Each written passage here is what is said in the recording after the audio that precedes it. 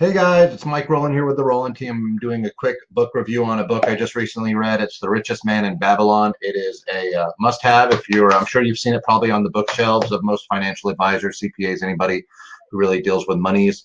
It was written in the 1920s. It goes over an ancient city of Babylon. It was once the richest city in all of the land, and the main character is Arcad, and he was the richest man in the richest city. And just like it is today, there's the wealthy and then there's the poor, and so they kind of sat Arcad down at that point. I believe he came from, just similar backgrounds as everybody else, and they were curious, how did you accrue such wealth? And, how are you so wealthy? Consider, wealthier than the kings even.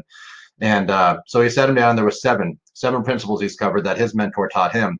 And I'm only going to touch on two, or the two that I thought were the most important. I can go over the other five, or you can read the book. But mainly, one was pay yourself first, and specifically 10%. So whatever paycheck that you receive, take 10% off the top and put it into a different account. What you do with that account, we'll go over in a second. But it's important to take 10%, move it into a different account. Pay yourself first. And I understand too, don't get me wrong, I understand, Mike, you don't know my financial situation. I need every 100% of my check. 10%, I need that. I understand that, and I'm in no position to tell you otherwise. But I think that if we understood the importance of what the 10% would end up doing for us down the line, we might cancel a Netflix subscription. We might just go out to eat one time that month. I don't know. It's none of my business what you do with your money, but again, I think it's something to as far as benefiting your future and your security and just everything. It's something to worth at least look into. Rule number two: make your money work for you. That's what you're doing with that 10%. You're just not setting it and forgetting it. You're putting it into a vehicle that's going to turn and make more money for you. There's a couple of different ways you can do this. Some are easier than others. Some are more riskier than others. Of course, there's rental property. You can buy real estate, but that requires amazing credit.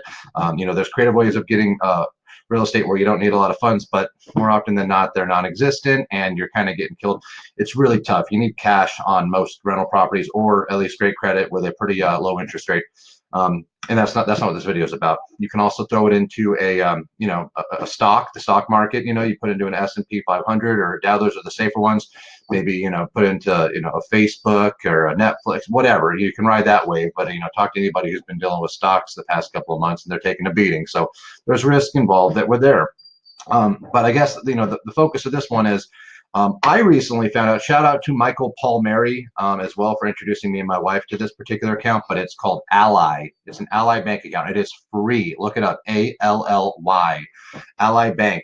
And they offer a checking or savings account with the interest rate of 2.2%.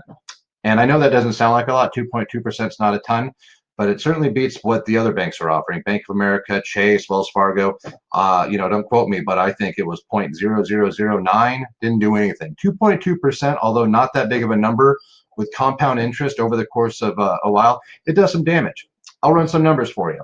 Let's just say that you make $500 a week. Okay, we're taking 10% and we're putting it away, so $50 a week. All right. And let's just say that we have an account with $500 already in it. So we have an account, $500. We're putting 50 in a week, okay? So that's $200 a month. And that equates to $2,400, okay? So we have a $500 account, I'm doing a compound interest. So $500, okay? We're putting $50 a week. That's, again, with a $500 paycheck, 10%, $50 a week. That is $200 a month, and that equals $2,400 a year. So you're putting an additional $2,400 a year over the course of 30 years. That equates to, you would have a total of $103,643. Okay, so let's do the math here. How much did we put in? We said 2,400 over the course of 30 years plus the 500.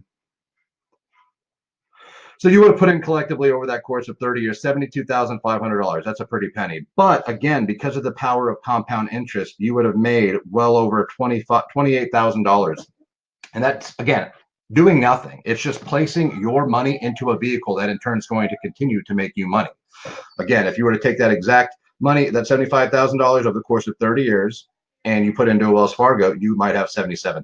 It'd be very minuscule. So again, that's just going over the importance of compound interest, and more specifically, utilizing a free account. It's available. It's just like any other checking account. I am not affiliated with them, and I'm in no way endorsing them. But Ally, ALLY, 2.2% for checking and savings. At the very least, do that. But yeah, just wanted to go over a couple principles, couple little things that I'm doing as far as just trying to get my money to work for me. And I think that's a secret to, to wealth in general. That's what all these rich people are out there doing. They're making their money work for them while we're just working our tails off trying to get by. So if I learned anything from that book in general, it's those two. Picked up a copy, Richest Man in Babylon. It's a quick read. It's a good one. So give it a go. And hope you guys are having a great day. Take care. Bye.